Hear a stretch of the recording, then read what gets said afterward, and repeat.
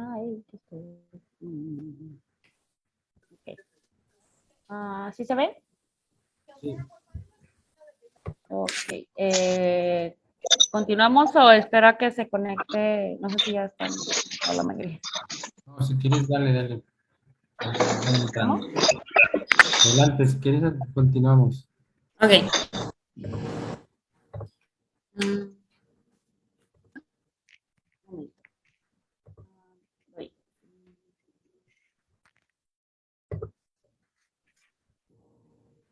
Ok. Lo que les comentaba ahorita es, salió un estudio donde se hizo una comparativa de los valores de saturación por pulsioximetría, donde ellos compararon, pues en los distintos dedos, digo, es algo que a lo mejor de primera instancia se escucharía medio burdo, pero pues en realidad tiene impacto, donde nos hablan que el hecho de que nosotros valoremos el pulso en el dedo medio es más específico, tiene mayor impacto, tiene mayor eficacia. Entonces, pues nada más para, digo, incluyendo en las indicaciones de la insuficiencia respiratoria, donde a lo mejor no tienes de primera instancia un gasómetro, donde estás en chinches bravas y nada más traes tu oxímetro, pues de preferencia colocar el oxímetro en el dedo medio. Y bueno, también esto es de relevancia dentro de las indicaciones de la insuficiencia respiratoria. Siempre valorar, esto es yéndonos más un poquito pues a COVID, ¿no? Que es lo que está ahorita de moda. Valorar la SAFI y la PAFI para ver, es como otro parámetro a evaluar para ver si yo voy a intubar a mi paciente. Hay veces que a lo mejor tenemos ese dilema entre, híjole, pues es que está bien limítrofe porque la respiración está en 28, 30 y la saturación está en 90, 89 y pues entra del rango. Entonces, pues tenemos que medir estos índices nada más como para darnos una idea de hacia dónde va mi paciente, si lo voy a intubar o no lo voy a intubar. Si no tengo la PAFI, bueno, pues es la relación que existe entre la presión arterial de oxígeno que vemos en la gasometría entre el FIO2 que estamos usando. Y si yo no tengo una gasometría, bueno, veo mi saturación de oxígeno y la divido entre el FIO2. Digo, son como otras herramientas que yo puedo usar para valorar si voy a intubar o no a mi paciente. Solamente es para comentarlas, pero no es específico, o sea, no es de que, ay, es que no tengo la SAFI, no tengo la PAFI y pues por eso no intubo a mi paciente, no. O sea, primero es la clínica, pero pues para mencionarlas y que no quede duda, ¿no? Esto es muy relevante también en el contexto de COVID.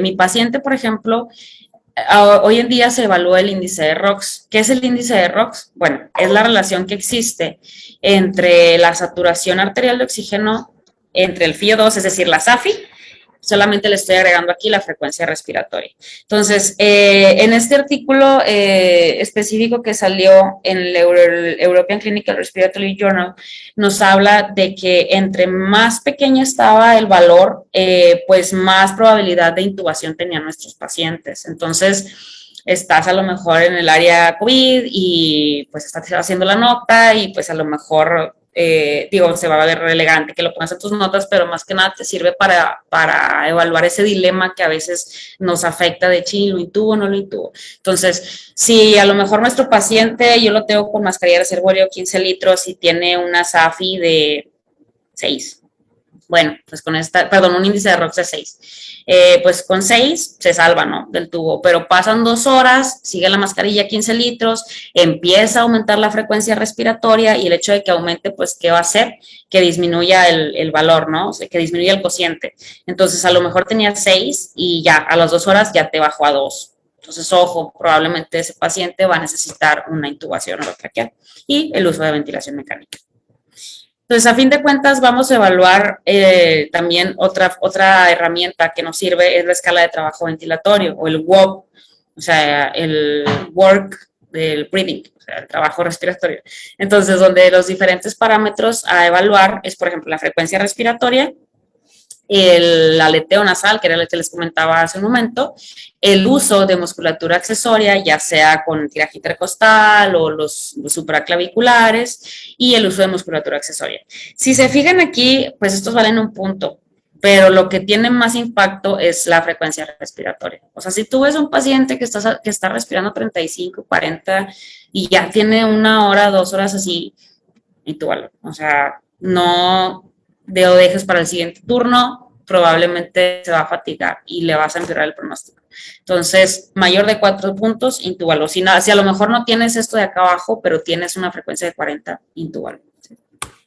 Entonces, a fin de cuentas, esto nos habla de que lo que tiene más poder dentro de lo respiratorio para realizar una intubación, pues es la frecuencia respiratoria. Fíjate siempre cuánto está de frecuencia respiratoria en tu paciente. Incluso, no sé ustedes, pero muy tristemente a mí me tocaron pacientes cuando recién empezó la pandemia, que estaban con la mascarilla reservorio y empezaban con una respiratoria de 28, 30 y estaban ya de que entraba yo en el turno nocturno y ya de que 41 de respiratoria, 38 y lo escuchaba, lo estaba revisando y el mismo paciente, pues yo le comentaba de que no, ¿sabe qué? Pues lo que sigue ya es de que lo vamos a dormir, le vamos a poner un tubito para ventilarlo, en lo que se desinfla sus pulmones y todo, y el paciente literal de que sí, doctora, intúbeme o haga lo que tenga que hacer. O sea, ¿por qué? Porque pues ya es demasiada la fatiga cuando tú tienes una frecuencia respiratoria muy alta. Entonces, siempre evaluar la frecuencia respiratoria en sus pacientes. Ahora, vamos a hablar un poquito rápido sobre ventilación mecánica no invasiva. No quería dejar este tema fuera. ¿Por qué? Porque en la residencia, esto más que nada en la residencia de urgencias, te llegan pacientes con EPOC exacerbado, con edema agudo de pulmón y pueden salvarse del tubo teniendo una ventilación mecánica no invasiva bien programada. ¿Con qué? Con un ventilador y con una mascarilla especial para CPAP. Entonces, esta hablo de ella porque es una recomendación 1A.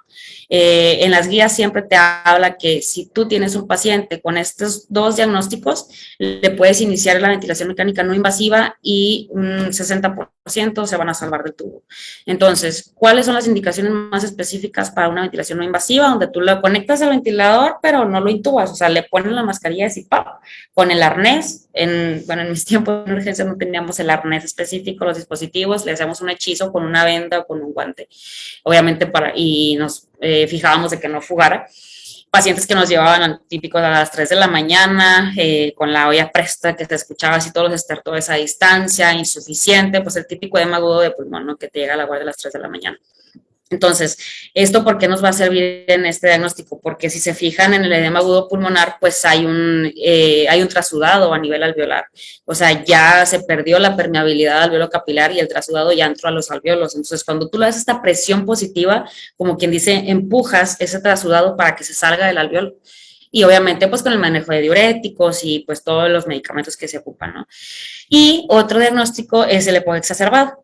Sí, pacientes que te llegan con las sibilancias a distancia, que te llegan incluso oliendo a cigarro, porque pues se lo acaban de echar hace un ratito, y te llegan todos espasmados, todos insuficientes, todos taquipneicos. Le pones obviamente le pones el broncodilatador, todo el manejo farmacológico, pero le pones una ventilación mecánica no invasiva con el CPAP y esa presión que le vas a estar dando te va a servir como un neumostent, es decir, te va a abrir las vías aéreas para que pueda permitir que salga ese oxígeno y que se está quedando, pues ahora sí que adentro, que no lo está pudiendo sacar porque es más difícil sacarlo. El oxígeno de las vías respiratorias es más difícil a la hora de la salida que a la hora que entra. Entonces, es por eso que estos pacientes tienen hipercapnia, porque se queda atorado y no sale el CO2, no sale, o sea, el oxígeno por medio como CO2. Entonces, están todos insuflados, todos espasmados. Entonces, esto nos va a servir como un método de un stent neumático a nivel de las vías respiratorias. Otras indicaciones que se pueden usar, pero no son con evidencia 1A, pues es, por ejemplo, el síndrome de obesidad y hipertensión, los pacientes con SAOS, pacientes con cirugías cardiotorácicas, excepto a nivel esofágico, porque pues ahí sí vas a afectar directamente el esófago. El ARTS leve, sí ha habido veces de que, no, pues está el paciente COVID con un SDRA leve, bueno, vamos a poner el CPAP a ver si jala. Bueno, no hay tanta evidencia. A veces la mayoría acaban intubados, o sea, no es una evidencia 2B. Y pues estos otros que les comento aquí. Pero así los que siempre se le tienen que quedar grabados, paciente con edema agudo de pulmón y paciente con EPOC exacerbado. Dos de los diagnósticos que puedes usar la ventilación mecánica no invasiva. porque a fin de cuentas todos estos no hay ensayos controlados aleatorizados que te sustenten la evidencia de que tú puedas usar este método en estos diagnósticos, ¿sí?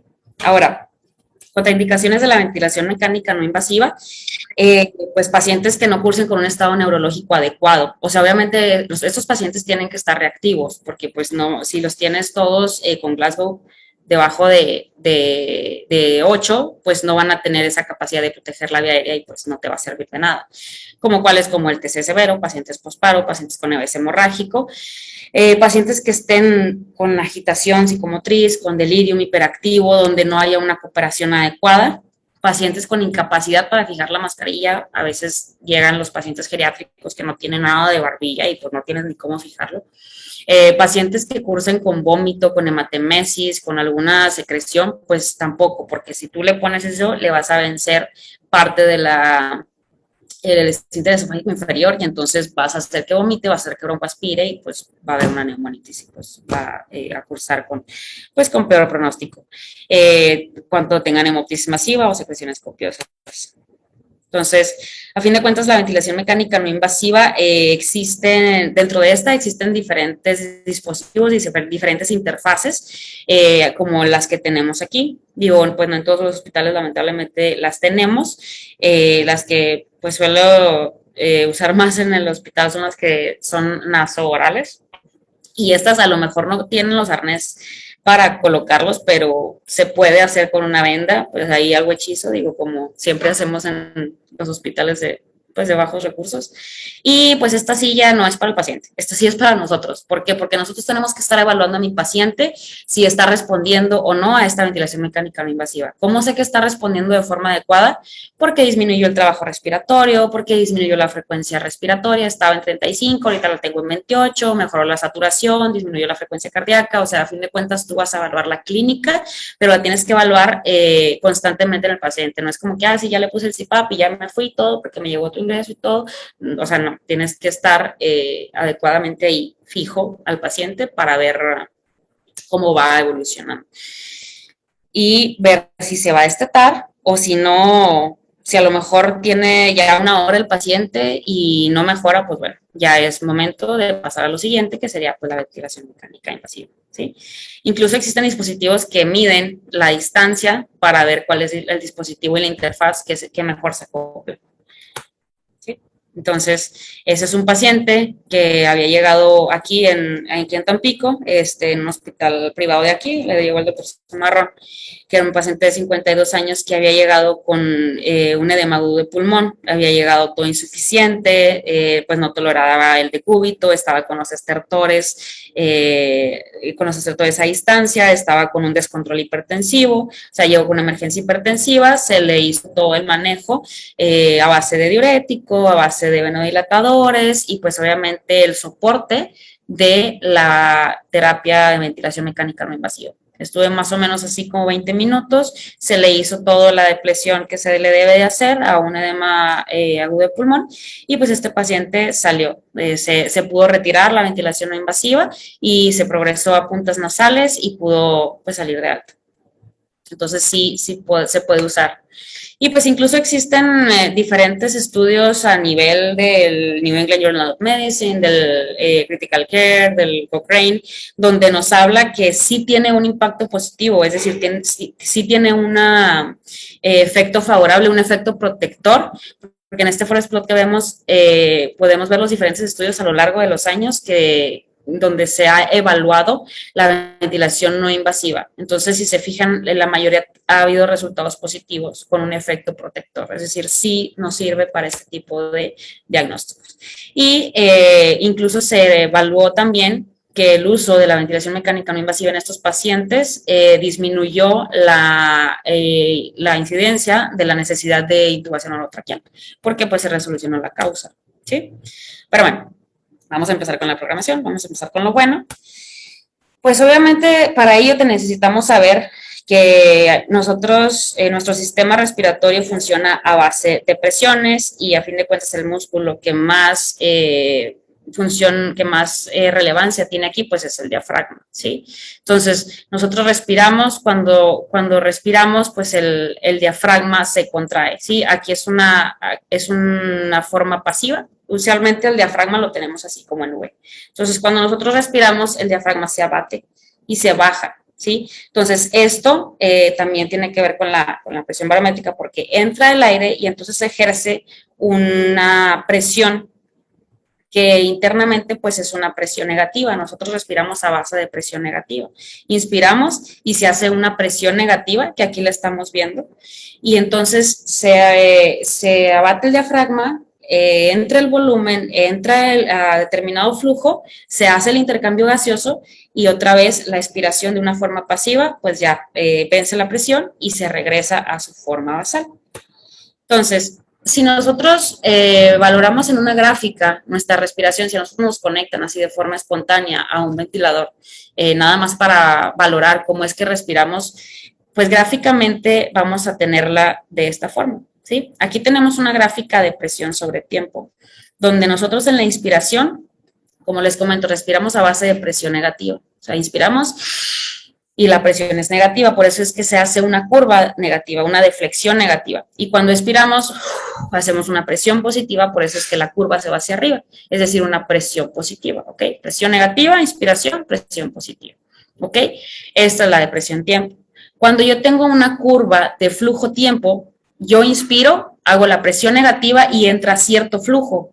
Entonces, aquí por eso la curva es hacia arriba, porque te estoy ganando cierto flujo.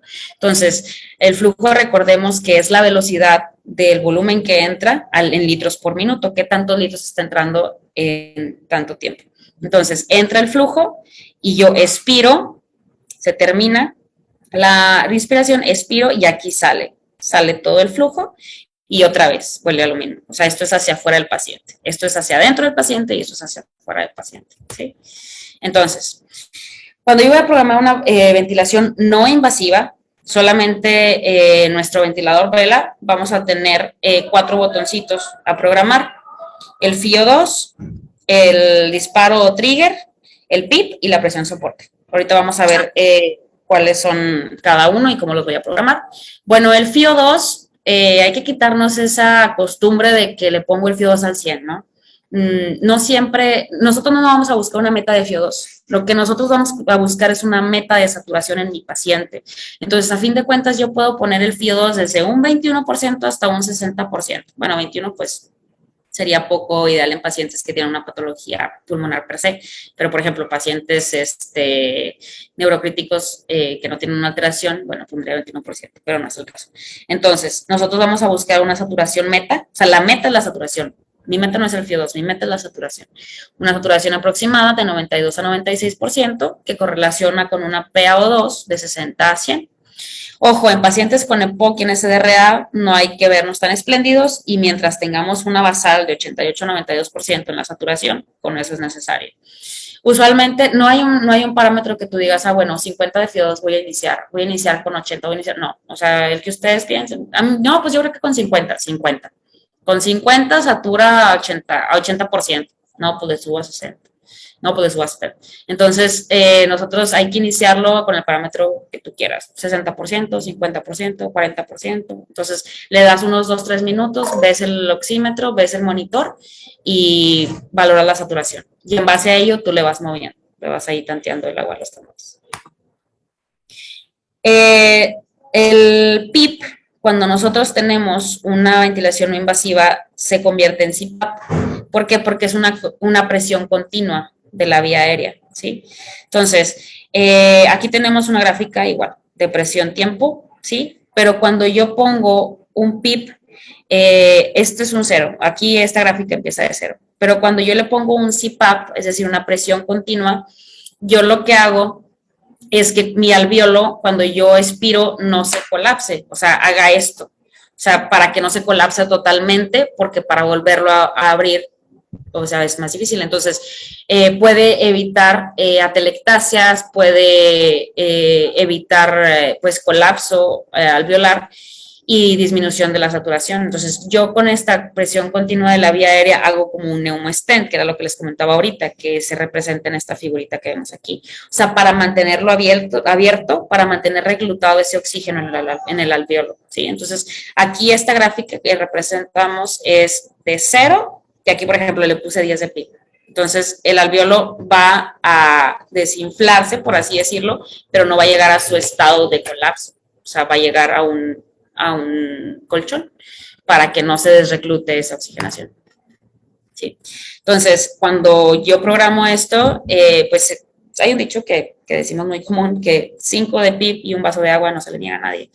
Entonces, al menos ponle 5 de PIB a tu paciente. Ojo, esto también se va a valorar según el índice de masa corporal, lo vamos a ver ahorita más adelante. Si mi paciente tiende a ser obeso, tiende a tener un IMC mayor de 30, pues tiene mayor restricción porque el abdomen está amplio y restringe el diafragma, lo avienta hacia arriba, entonces tú necesitas darle un push hacia abajo, pues para que mejore la ventilación. Entonces, aquí en esos pacientes podemos poner incluso hasta 8 de PIB. En la gráfica lo vamos a observar así, o sea, que en vez de que empiece de 0 en la gráfica, lo vamos a observar que empieza de 10 o de 5, de 8, según el CPAP que tú le pongas, ¿sí? O sea, no te va, el botoncito dice PIB, pero yéndonos más específicamente es el CPAP, pero ahí en el ventilador pues te viene como PIB. Entonces, eso es lo que les comentaba. Vamos a evitar que colapse el alveolo y lo vamos a usar como si fuera un neumostent. ¿Sí? Ahora, la presión soporte. Cuando nosotros tenemos una ventilación invasiva, nosotros vamos a estar controlando la presión, no el volumen. ¿Sí? Entonces, la presión soporte es la necesaria para que mi paciente meta cierta cantidad de volumen tidal. Y esta va dentro de la ventilación invasiva de 0 a 15 centímetros de agua. ¿Para qué? Para un volumen tidal objetivo. Ahorita vamos a explicar un poquito mejor eso. Aquí tengo una gráfica igual de presión-tiempo, donde si se fijan, tengo más o menos 10 de CPAP, o sea, de PIB. Entonces, el paciente hace un esfuerzo, que es esta deflexión negativa, porque acuérdense que respiramos a base de presión negativa, entonces, hace ese esfuerzo y el ventilador le dispara la presión soporte, es decir, te voy a dar el push para meter el volumen que tú necesitas, porque tus pulmones están afectados, y a lo mejor si tú debes meter 500 y metes 200, bueno, te voy a dar cierta presión para darte los 300 que te faltan, ¿me explico? Entonces, le da esta presión soporte, ¿sí? Y aquí es cuando el paciente ya empieza a expirar. ¿Por qué este piquito? Porque esta es la expiración. Recordemos que la expiración es positiva, entonces se hace este piquito, disminuye la curva y se va saliendo ese aire. Entonces es la expiración y otra vez volvemos a lo mismo, ¿sí?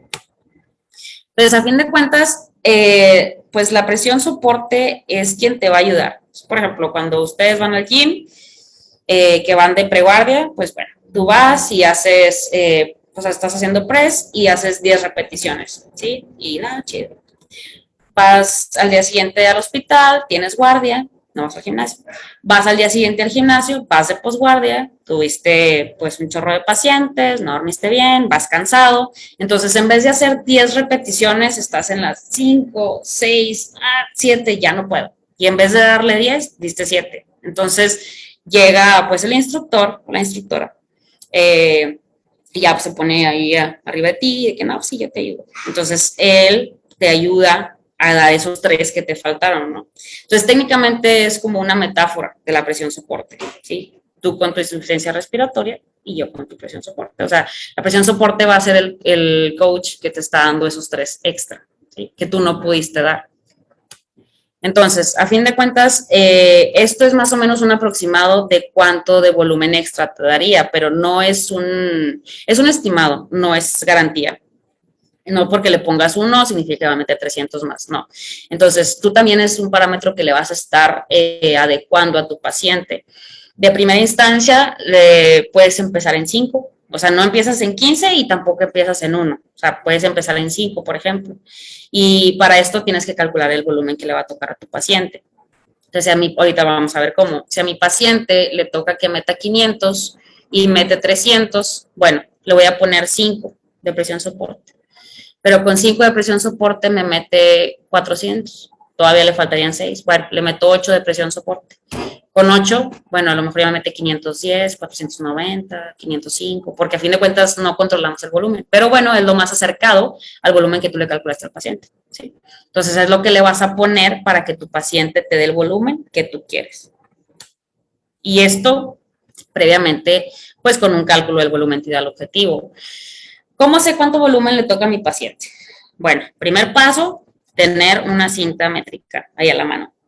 De esas así de costurero y todo, llévatela a la guardia, al hospital, cuando vayas de turno o algo.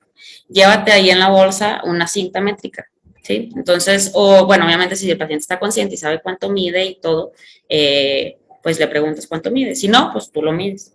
Entonces, no es lo mismo que te llegue el paciente y digas, no, pues a mí se me hace que mide 1,70. Y le preguntas a tu compañero, oye, ¿cuánto es que mide? No, pues 1,60. Y tú, no, pues 1,65. Entonces, cada quien va a tener un valor distinto porque pues es muy subjetivo, o sea, la valoración. Entonces, mejor que sea objetivo. ¿Cómo midiendo al paciente? Ya lo mediste. ¿Cuál es el segundo paso? Le vas a calcular el peso ideal. El peso ideal, pues tómenle fotito a esta diapo, estalla en metros al cuadrado, por ejemplo, 1.72 por 1.72 por 23, si es hombre, o 1.65 por 1.65 por 21.5, si es mujer, ¿sí? Entonces, esto te va a dar un peso, el peso ideal. Y el tercer paso es multiplicarlo más o menos de 6 a 10 mililitros, en promedio 8. Ojo, esto pues en pacientes que no tengan SRA, por ejemplo. Que para empezar, pues el SRA, como lo comentamos, no se suele indicar la no invasiva, pero a veces se suele usar. Entonces, ya lo sacaste el peso ideal, ya lo multiplicas por 8 para ver cuánto de volumen le voy a poner, ¿sí? Ahora, si yo ya tengo a mi paciente con 8 de presión soporte y no mete lo que yo le medí en el volumen tidal previo, no mete los 500, le subo a 10, no mete los 500, le subo a 15, no mete los 500, ojo, pues ese paciente ya no le vas a subir a 20 ni nada, o sea, ese paciente probablemente pues ya requiere la ventilación mecánica, entonces hay que también saber cuándo decir, no, sabes que ya, o sea, no tolera, no mete lo adecuado, ya le puse chorros de presión soporte y no mete ese volumen, entonces mejor, pues lo ideal es que ya lo pase a intubar, ¿sí? Entonces, ¿esto por qué? Porque los pulmones no engordan, engorda uno con la residencia. Entonces, no es lo mismo que llegue el R1, pues que bajas 10 kilos en el R1 y llegas a urgencias de paciente y luego ya 5 años después ya eres adscrito, llegas a urgencias como paciente, pero pues ya a lo mejor con 20 kilos de más, pues no porque hayas aumentado 20 kilos, tus pulmones engordaron 20 kilos. O sea, tus pulmones siguen pesando lo mismo. Entonces, es por eso que no nos vamos a basar en el peso real de los pacientes. Siempre determinarlo por el peso ideal, ¿sí? Entonces, más peso no es más tamaño pulmonar. Los pulmones siguen pesando lo mismo, estos no cambian, por eso es que se determina el peso ideal, ¿ok? Ok, el otro de los parámetros, pues es el disparo o trigger. ¿Qué es el disparo o trigger? O sensibilidad, o gatillo, o sea, tiene muchos sinónimos. Esto es lo que se necesita para que el ventilador sense una señal, valga la redundancia, y le dé el soporte al paciente. Eso se puede determinar por presión o por flujo. Es decir, es lo que necesita ver el ventilador en el paciente para que le detecte la señal y le mande la presión soporte. ¿Esto cómo lo vamos a ver en la curva? Bueno, tenemos aquí la curva de presión-tiempo. Esta presión negativa, recuerden, es la inspiración, porque inspiramos a base de presión negativa. Entonces, esa presión negativa que hacemos o que hace el paciente es el disparo, es lo que hace el disparo para que genere esta presión soporte, le dé el volumen adecuado y luego ya se lleve a cabo pues la inspiración, la hematosis y luego ya la expiración, ¿sí? Entonces, esto a fin de cuentas se va a programar en algunos ventiladores por flujo, en algunos ventiladores por presión, es lo mismo. Si es por flujo va a ser de 1 a 3 litros por minuto, si es por presión va a ser de -5 a -2. Pero para que no se quiebren la cabeza, pues si ven el botón de disparo trigger, ustedes pónganle 2. Porque pues a fin de cuentas 2 es lo que queda entre 1 a 3 y 2 pues también viene siendo un parámetro de presión. Entonces 2, para que si les causa mucho conflicto aprenderse los numeritos, pues pónganle 2. Entonces, aquí tenemos, por ejemplo, una gráfica donde, ¿cuánto tenemos de CPAP? Tiene 5 de CPAP, que es el botoncito del PIP. Y ya le puse 5 de PIP, le puse 2 de disparo, y pues aquí el paciente está haciendo ese trigger para que dé la señal, le mande la presión de soporte, ¿sí? Y haga pues todo el proceso ventilatorio. En ese lapso, pues va a generar cierto volumen, porque esta presión soporte que yo le puse va a generar que el paciente meta cierto volumen. Aquí tenemos la gráfica de volumen-tiempo, donde da la presión soporte acá arriba, y si se fijan, entra más o menos 500 de volumen, y luego ya lo saca aquí en la presión expiratoria. Entonces, a fin de cuentas, ¿cuáles son mis metas en una ventilación no invasiva? Me llegó el paciente con el edema agudo de pulmón, ya le puse 50 de FiO2, le puse un 8 de CPAP, le puse 2 de trigger, porque me dijeron que pusiera 2 y pues jala con 2, y le puse 8 de presión soporte. Entonces veo que ya con 8 mete más de lo que yo le había establecido, mete 600, mete 800, bueno, ya le bajo de 8 a 6. Mete 500 y luego empieza a meter más, ya le bajo, entonces lo vas disminuyendo y tú ves clínicamente cómo el paciente mejora. ¿Por qué? Porque ya está menos taquipneico, disminuye la frecuencia respiratoria, disminuye la frecuencia cardíaca, mejoran las cifras de PCOs a nivel gasométrico, mejora la PaO2, mejora pues el estado de conciencia, a lo mejor ya no está tan insuficiente, tan combativo, y pues esto lo vamos a valorar tanto a nivel clínico como a nivel bioquímico, pero pues obviamente primero la clínica. Entonces son mis metas en la ventilación mecánica no invasiva. Y dentro de los scores también que podemos evaluar, pues es el ACORD score, que eso también nos habla que si nuestro paciente lo ponemos con ventilación mecánica no invasiva, le hacemos este score y nosotros vemos que tiene más de 5 puntos, ojo, probablemente mi paciente necesite ventilación mecánica. ¿Cuáles son los parámetros que establece? Bueno, la frecuencia respiratoria, el Glasgow, el pH, la PAFI y la frecuencia respiratoria. Entonces, también son tablitas en las que nos podemos basar de un modo más cuantitativo para yo justificar que mi paciente sí amerita o no amerita una ventilación mecánica, o es suficiente con la ventilación no invasiva que le estoy dando. ¿Sí? Entonces, a fin de cuentas, tenemos que monitorizar nuestros ventiladores. Pierdan el miedo a ver las gráficas, no se acostumbren nada más a ver los números. Si está aquí centímetros de agua, es presión, ¿sí? Curva de presión-tiempo. Si está en litros por minuto, es volumen. Perdón, es flujo. O sea, el flujo se mide en litros por minuto. Si está en mililitros, es volumen. Bueno, aquí de este lado pues viene, ¿verdad? Pero no siempre te lo dicen. Entonces, tú checa las unidades que está dando para ver las gráficas y evalúa con las gráficas. O sea, practica con las gráficas del ventilador lo que acabamos de mencionar. ¿Sí? Aquí pues el típico ventilador vela, ¿no? Donde tenemos una presión en centímetros de agua, que es la curva de presión-tiempo, donde tenemos litros por minuto, que es la curva de flujo-tiempo, y los mililitros, que es la curva de volumen-tiempo, ¿sí? Si se fijan, este es el CPAP. Ay, no se reproduce. Bueno, aquí si se fijan, esta gráfica no empieza de 0, empieza más arriba. Entonces, tiene al menos un CPAP como de 8. Y luego aquí hace este gatillo que vemos aquí, que no se ve tan franco como el dibujito, pero lo tenemos ahí como de flexión negativa, y luego ya te da la presión soporte. ¿Sí?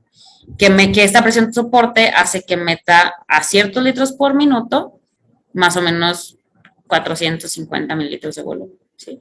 Y luego ya hace el piquito donde expira el paciente y saca el flujo, el aire, y pues saca el volumen. Miren, ahí lo tenemos. ¿Okay? Estos son los botoncitos de acá abajo. Ahí, por ejemplo, el paciente ya tiene 0 de presión soporte. ¿Okay? Porque con 0 de presión soporte, vean cuánto volumen está metiendo. Entonces, aquí la curva se ve plana. ¿Por qué? Porque, pues, no está generando presión soporte. Porque no es necesaria. Aquí era un paciente que ya se estaba destetando. ¿Ok? Bueno, entonces siempre hay que manejar la causa, no nada más se la pongan, bueno, sí, ya le pongo CPAP, no. Hay que pasarle diurético, hay que pasarle broncodilatador, o hay que manejar la causa por la cual nos llegó el paciente a una ventilación. Entonces, Esta ventilación no invasiva, ¿cuáles son los parámetros que vamos a programar? Estos. Tómenles foto a esta tablita para que evalúen cómo programar una ventilación mecánica no invasiva. Ok, para la secuencia de inducción rápida, bueno, pues esto lo vamos a ver rápidamente para poder pasar a la programación de ventilación mecánica, ¿sí? Pues la secuencia de inducción rápida se hace en paciente crítico cuando nosotros tenemos una intubación de urgencia, cuando son pacientes que no tienen un ayuno establecido, cuando queremos disminuir la probabilidad de que nuestro paciente tenga una broncoaspiración, ¿sí? Tenemos que valorar las vías aéreas, si hay vías aéreas difíciles, hay vías aéreas difíciles de intubar y otras difíciles de ventilar. Pacientes chocados son difíciles de ventilar. Pacientes pues que no tienen nada de mentón, entonces pues también son difíciles, o sea, son vías aéreas difíciles. Siempre tenemos que tener todos nuestros dispositivos especiales para este tipo de intubación. Y bueno, las PES, que esas pues como R1, diferencias R2, R3, se las deben de saber, para los pasos de la secuencia de inducción rápida. Planificación, la oxigenación, con qué lo vas a dar la analgesia, con qué lo vas a inducir, con qué le vas a dar la parálisis neuromuscular, una vez que lo posicionas, pasas el tubo, y bueno, eso nada más de forma rápida. La preoxigenación, ojo, esto también es muy repetitivo en urgencias. Siempre queremos reoxigenar con el AMBU y no siempre es así. O sea, si por ejemplo es un paciente neurocrítico donde no tiene una patología pulmonar, yo lo puedo preoxigenar con puntas nasales, con mascarillas. Si yo estoy viendo que está dando 96%, no le pongan la bolsa del AMBU. O hay veces se la ponemos, no, pero pues es que no lo estoy ambuceando, sí, pero si no, a fin de cuentas no le va a dar el aporte de oxígeno adecuado. Y si tú lo ambuceas cuando el paciente todavía está consciente y te está saturando 96%, lo que vas a ganar es que esa presión que hiciste le va a vencer el esfínter esofágico inferior y va a hacer que vomite y broncoaspire y va a ser peor. Entonces, lo puedes ventilar con una simple mascarilla, con unas puntas nasales. Obviamente que si te desatura con eso, bueno, pues tener ahí preparado ahora sí la bolsa mascarilla AMBU para que entonces lo estés insuflando, ¿sí? Tómale foto a esto, son los tipos de secuencia de inducción que nosotros podemos hacer en los diferentes escenarios clínicos. Pacientes que están chocados, pacientes neurocríticos, pacientes cardiocríticos con choque cardiogénico, pacientes que nos llegan con broncoespasmo.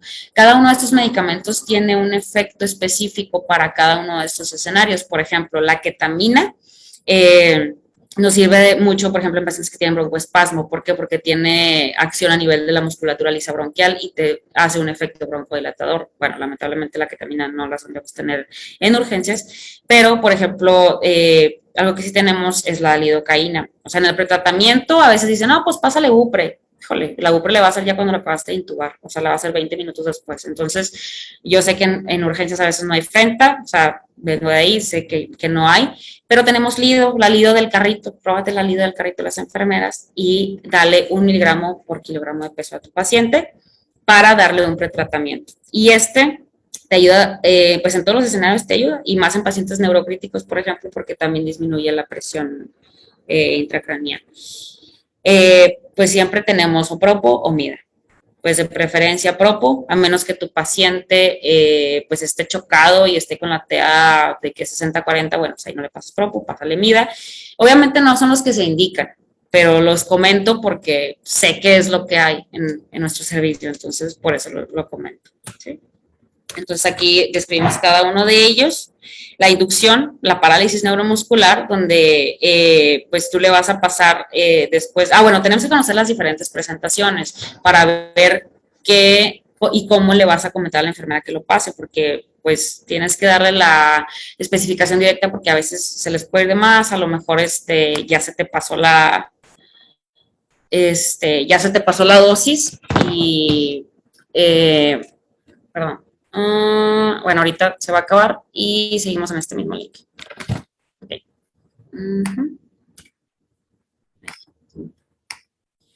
Ok, pues obviamente esas son clasificaciones que tal vez lo hacemos cuando